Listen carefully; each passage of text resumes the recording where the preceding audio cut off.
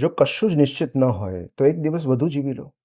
જો કશું જ નિશ્ચિત ન હોય તો દુઃખ, ઉદાસી, અણગમો, અકળામણ કે એકલતા કઈ રીતે નિશ્ચિત હોઈ શકે?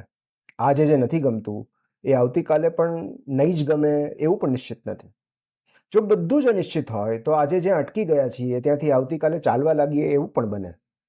જીવનની અનિશ્ચિતતા એ આવતીકાલને જીવી લેવાનું આમંત્રણ છે. જીવનની સૌથી રસપ્રદ બાબત એની અનિશ્ચિતતા છે. એ કયું પ્રકરણ ખોલશે એની ઉત્તેજના આપણને જીવાડવા માટે પૂરતી છે. ધારો કે તમે કોઈ પુસ્તક વાંચી રહ્યા છો જેનું દરેક પ્રકરણ, દરેક ફકરો, દરેક શબ્દ તમને ખબર છે, તો પાનું ફેરવવાનો કોઈ મોટિવ જ નહીં રહે. અનિશ્ચિતતા એ જીવતા રહેવા માટે ઈશ્વરનો આદેશ છે. Just stay there, hold on, keep breathing. એક દિવસ વધુ જીવી લો. જો કશાયની ગેરંટી જ ન હોય તો દુઃખ અને એકલતાની ગેરંટી પણ ક્યાંથી હોય? માટે જાતને એ રિમાઇન્ડ કરાવવાની આદત જરૂરી છે કે હું આગલું પ્રકરણ નથી જાણતો. ગૂગલ મેપ એમને જ મદદ કરી શકે છે જેઓ ચાલતા રહે છે.